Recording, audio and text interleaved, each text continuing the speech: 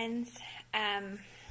Okay, I am going to be taking a brief hiatus from podcasting for various reasons. One is I have a lot of thoughts that I need to put together, and that's going to take some time to process and make sure that everything is presented well and properly. And also, I feel at this moment that maybe the spotlight is better shown on many other podcasters and makers at this time. So I'm going to be taking a small step back. I still hope to host live knit nights on Mondays at 9 p.m. Eastern Time.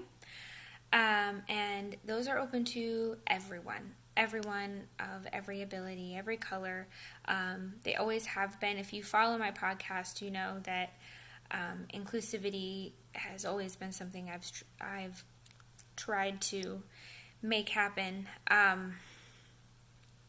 So I hope that you will take a chance on me and in our group.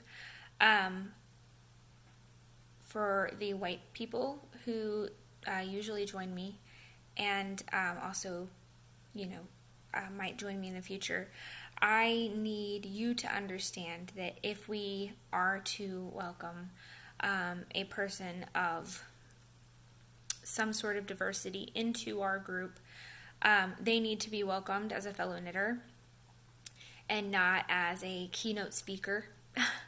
Not to say, oh, I don't see color, not like that, just as they're not a spokesperson. And it's harmful to the community at large, and it's also hurtful to that person in particular. So, yeah, it's a live knit night, so we're going to knit, and we're going to talk about our knitting, and conversation needs to happen organically and not become just kind of a, hey, there's a black person, let's make them a sounding board for, is this racist? Now what about this? I want to apologize on behalf of all white people, and that kind of... that's going to make it a super not safe place for that person to be in, which I do not want.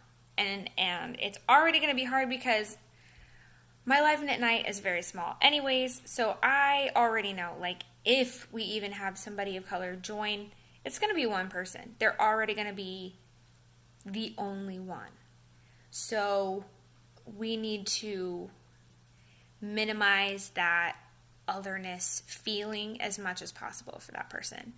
And the best way to do that is to talk to them just like you would talk to anybody else for right now. And please message me if I can add or amend anything that I've said thus far or will say.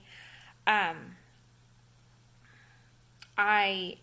want to learn, and I do not mind being called out. Of course, on occasion, my gut reaction is to be defensive or to be, what's the word I'm looking for?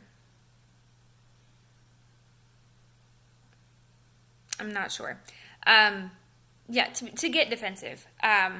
But I am willing to do the work of taking a step back and going, whoa, obviously I need to think about why I feel defensive and that kind of thing. If watching this has immediately brought up feelings of why can't she just keep this about knitting, and why does everything have to be about race or politics or yada yada yada, that's something you need to take a step back about. If talking about racism or any other kind of discrimination makes you uncomfortable, you need to take a look inside and find out why. Are you harboring feelings of discrimination against a certain group? Do you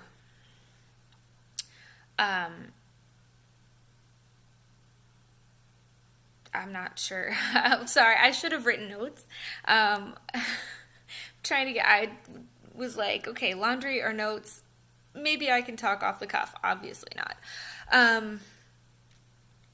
But yeah, if that is your feeling, I invite you to not express those out loud, and do some thinking. Do lots of listening. Do lots of internal work, and come to the space when you're ready to contribute positively and constructively to the slow and small advancements. We have so much farther to go, but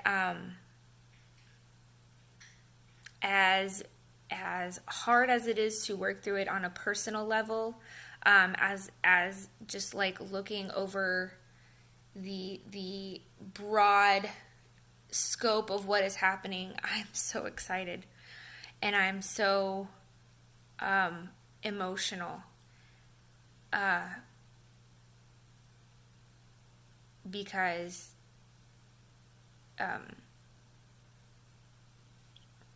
seeing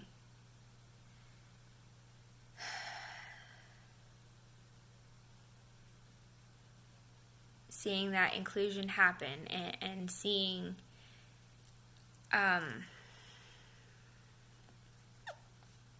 validation happen is touching.